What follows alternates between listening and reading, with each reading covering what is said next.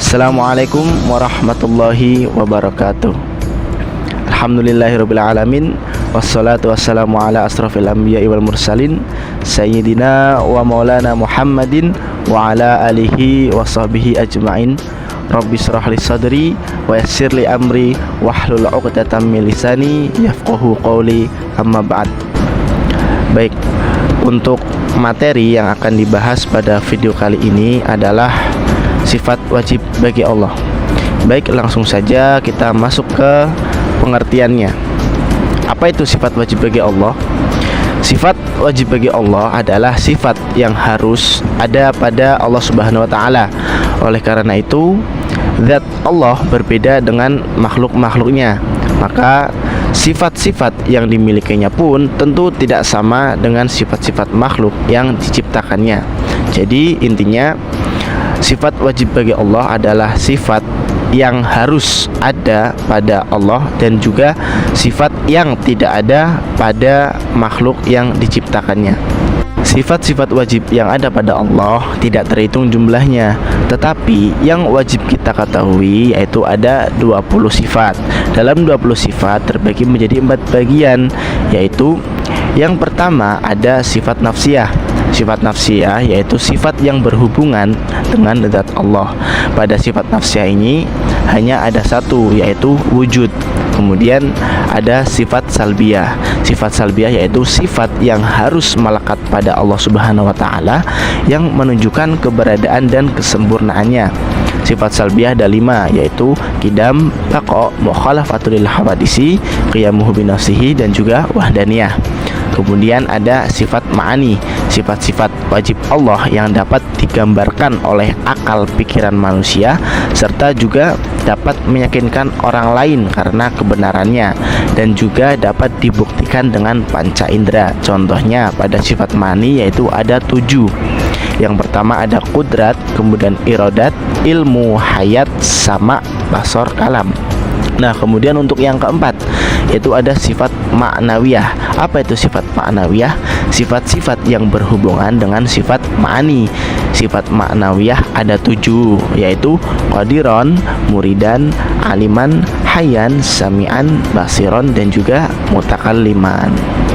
Baik, kemudian untuk dalil tentang sifat wajib Allah, di sini saya menyebutkan beberapa dari dalil tentang sifat wajib Allah, yaitu yang pertama ada wujud. Wujud adalah sifat wajib pertama yang dimiliki oleh Allah Subhanahu wa taala, yang memiliki arti bahwa Allah itu ada. Ada bukan karena diciptakan, melainkan ada karena zatnya sendiri. Sifat wujud ini masuk dalam kategori sifat nafsiyah. Nah, ayat Al-Quran yang menjelaskan sifat wujud ada pada Al-Quran surat Toha ayat 14. Allah Subhanahu wa taala berfirman, a'udzubillahi minasyaitonirrajim, innani anallahu la ilaha illa ana fa'budni wa aqimis sholata lidzikri. Yang artinya, sesungguhnya aku adalah Allah, tidak ada Tuhan selain aku, maka sembahlah aku dan tegakkanlah salat untuk mengingatku.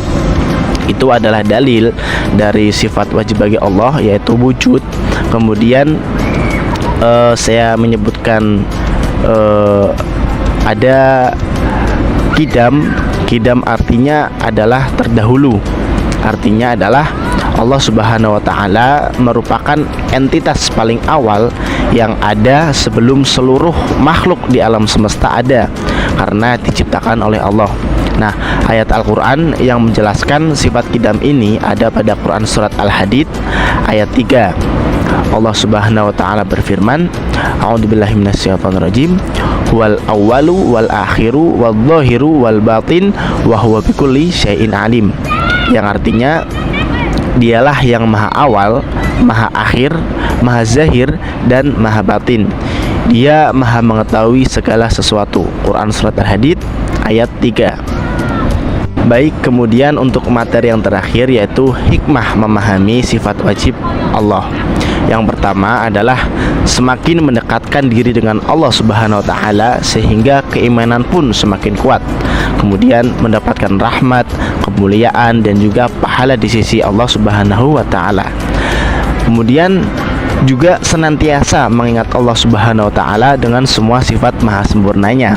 Kemudian juga menjadikan diri kaya akan ilmu, terlebih mengenal Allah Subhanahu wa taala dan juga sifat-sifatnya adalah semulia-mulianya ilmu pengetahuan. Nah, kemudian juga dengan mengenal Allah Subhanahu wa taala lewat sifat-sifatnya, seseorang akan memiliki pedoman dan petunjuk dalam berperilaku sehari-hari yang membawa dirinya pada kemuliaan. Kemudian juga mempelajari sifat-sifat Allah secara tidak langsung akan melatih ingatan seseorang sehingga menjadi lebih kuat dan juga lebih baik. Jangan pernah menyerah dan teruslah berjuang untuk meraih impianmu. Seperti kata-kata motivasi dari Bung Karno yang berbunyi, menunjukkan kinerja dengan semangat juang dan pengabdian yang baik. Selalu berikan yang terbaik dalam setiap kesempatan yang kamu miliki, dan jangan lupa untuk beramal dan bermanfaat bagi orang-orang lain. Seperti kata-kata belajar singkatnya, sedikit kemajuan setiap hari di dalam dirimu menambah sesuatu hingga hasil yang besar. Yuk, teruslah bersemangat dan teruslah belajar untuk menjadi pribadi yang lebih baik dan bermanfaat bagi lingkungan sekitar kita. Mungkin itu saja video yang bisa saya sampaikan dan juga materi yang bisa saya sampaikan. Saya Muhammad Iqbal Ar-Rasyid memohon maaf jika ada kekurangan dalam penyampaian materi atau ada kesalahan dalam berkata-kata. Sekian, terima kasih. Nun wal qalam wa ma yasturun, fastabul khairat. Wassalamualaikum warahmatullahi wabarakatuh.